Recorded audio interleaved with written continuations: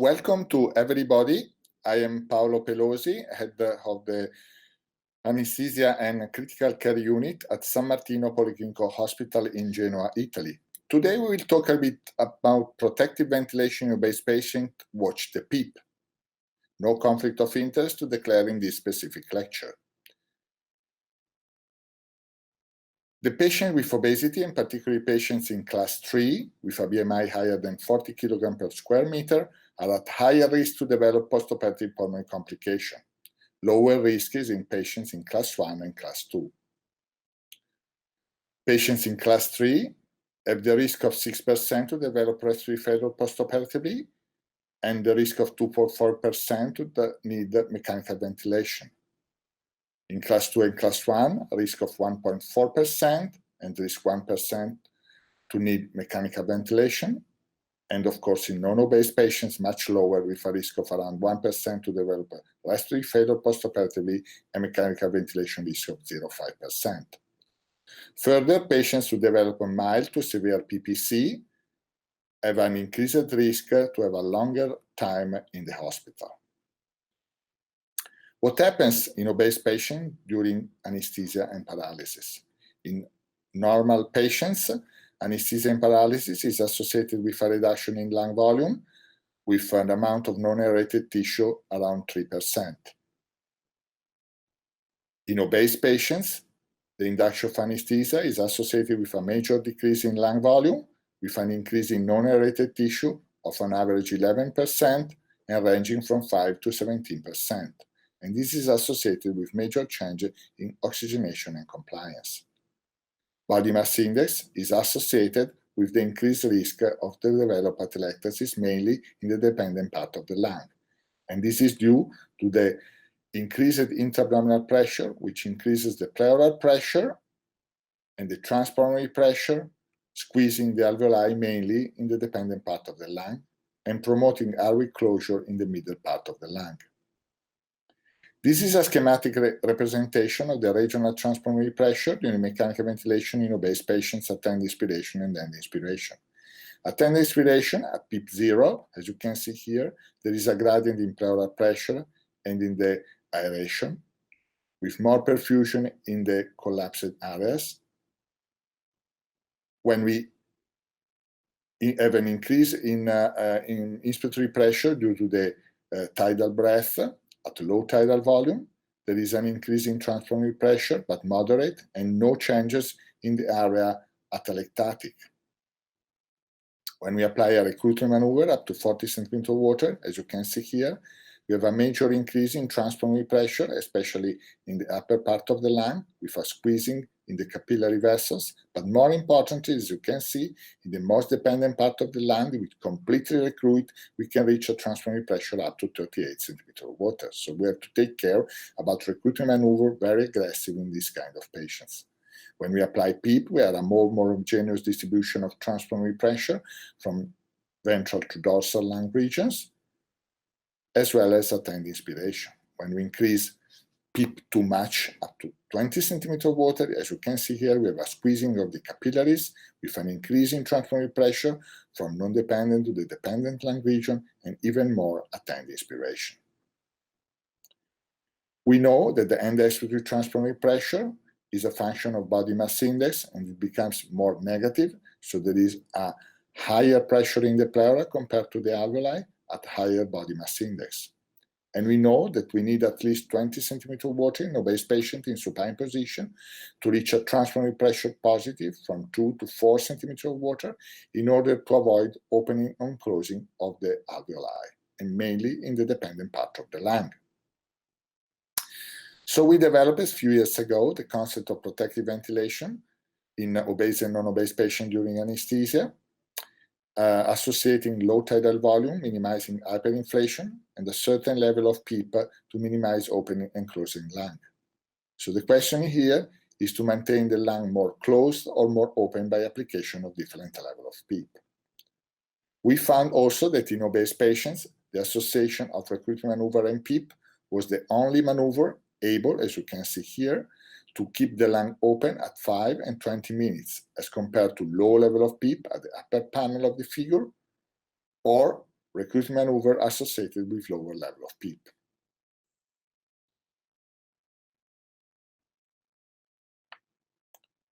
So how to set PEEP in obese patients? This is a representation of the changes in driving pressure from end expiration to end inspiration at lower level of PEEP. When we increase the PEEP, we may observe a reduction in driving pressure and a reduction in the stress index due to the reopening of the lung at end expiration. But when we increase too much PEEP and we overdistend the upper part of the lung, we can observe again a further increase in driving pressure. So the increase in driving pressure may be an indicator of excessively low level of PEEP and collapse of the lung, or excessive overinflation of the lung. So we did a study with our colleagues in São Paulo, looking at the best PEEP according to the electric impedance tomography. And as you can see here, we found that there is a specific individualized PEEP in order to balance the collapse and overdistension. And this level, according to the IT, was associated with the best compliance and the lower driving pressure. The PEEP according to the IT, so also the lower driving pressure, was associated with the BMI. Higher was the level of PEEP to keep the lung open and reaching a lower driving pressure, higher was the BMI. Conversely, the reduction in driving pressure, so the improvement in compliance, was more effective at patients with higher BMI as compared to patients with lower BMI. Overall, we observed a minimal reduction in the atelectasis, both after open surgery or laparoscopic surgery, in the group in which PEEP was guided by AT as compared to lower PEEP level at 4. But this reduction was very minimal in open surgery and a little bit higher, but very minimal again, no more than 3 to 4% after laparoscopic surgery. Which is the mechanical ventilation in the real life in obese patients? What we found that obese patients are usually overventilated, reaching a tidal volume even higher than 10 milliliters per kilogram, especially in more obese patients. And volume control is used in more than 70% of the patients. PEEP levels are relatively low, at least during anesthesia in obese patients, and recruitment is used very rarely, around in 6% of the patients, independently from the level of obesity. We also observed that desaturation was common, but not so frequent as we expected in obese patients, even treated with lower level of PEEP, around 15% in class 3, and the reaction of anesthesiology was mainly to apply recruitment maneuver and not increase FO2. On the contrary, the frequency of hypotension was much more frequent, between 25 to 30%, and the reaction was mainly by using vasoactive drugs and much less using fluids. We also found that recruitment maneuver, especially when performed by back squeezing, were associated with an increased risk of postoperative pulmonary complication, especially in obese patients. We performed a large randomized control trial, the PRO-BASE trial, in which we compared in patients undergoing elective surgery for more than 2 hours with BMI higher than 35 and higher risk to develop PPC, ventilated with low tidal volume at 7 milliliters per kilogram predicted body weight, the effect of low PEEP at 4 centimeters of water or high PEEP at 12 centimeters of water plus recruitment maneuver on PPC at 5 days. Our final results were that independently from the level of PEEP, we observed the same risk to develop PPC in both groups of patients. So there is absolutely no difference between higher and lower PEEP during surgery and PPC, while the group treated with higher PEEP and recruitment was associated with an increased need of fluids and vasoactive drugs. So a large group of people from Europe and United States decided to join together and to write the protective ventilation guidelines during general anesthesia in non-obese and obese patients, mainly coming from our largest trial from the PRO-VILO trial and PRO-BASE trial. So we suggest to use low tidal volume, low PEEP at 5 centimeters water or less, and no recruitment maneuver plateau pressure less than 17 centimeters of water and less than 22 in obese patients, and the driving pressure less than 13 in non-obese and less than 18 in obese patients. If saturation drops down less than 92%, we suggest to increase first FiO2 up to 90%, and if saturation less than 92% persists, we can progressively increase PEEP according to the driving pressure and use recruitment maneuver as a rescue treatment. Further evaluation will be needed for laparoscopic surgery, duration of longer than 3 hours, and the use of Trenderian boat position. What about mechanical ventilation in RDS obese patients? There are mainly retrospective analysis. This is a very recent study showing the driving pressure was higher in non-survivors as compared to survivors. And this was mainly in non-obese patients, but in obese patients, driving pressure was not associated with mortality as compared to non-obese patients. Further, there is a retrospective analysis from the Algolite trial in which the authors look at the effects of high PEEP 14 versus 9 centimeters of water, and what they found that in more obese patients there was an association towards a reduction in mortality as compared to non-obese patients without any changes in barotrauma.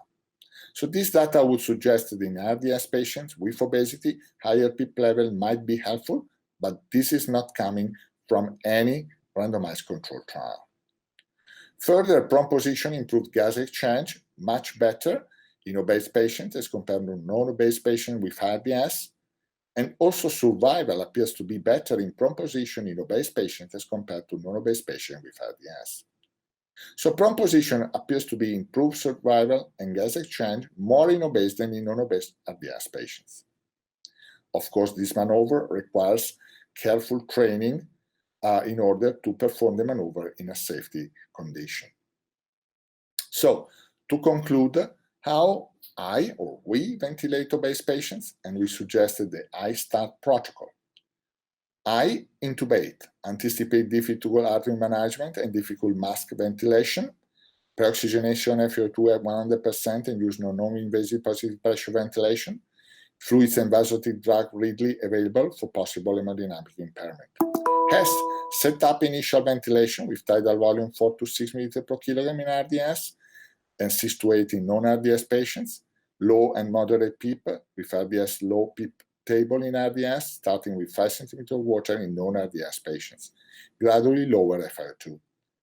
TET tray ventilation parameter with respiratory rate to keep pH higher than 725 in non-RDS and RDS patients and tolerate mild hypercapnia in RDS.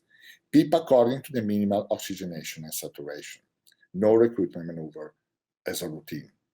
FiO2 to avoid hyperoxia if saturation prioritizes FiO2 increase over PEEP increase. Assess armor for ventilation with plateau pressure below 27 in RDS and 20 centimeters of water in non-RDS obese patients, according also to the intra-abdominal pressure. Driving pressure below 17 centimeters of water in RDS and 15 in non-RDS obese patients. Likely maintain mechanical power below 17 to 20 joules per minute. Use rescue maneuver, recruitment maneuver, only as a rescue, stepwise by using a stepwise increase in airway pressure. Prone position may be safe and feasible in obese RDS patients and appears to be associated with better survival, and ECMO to be considered only in selected RDS obese patients. Thank you very much.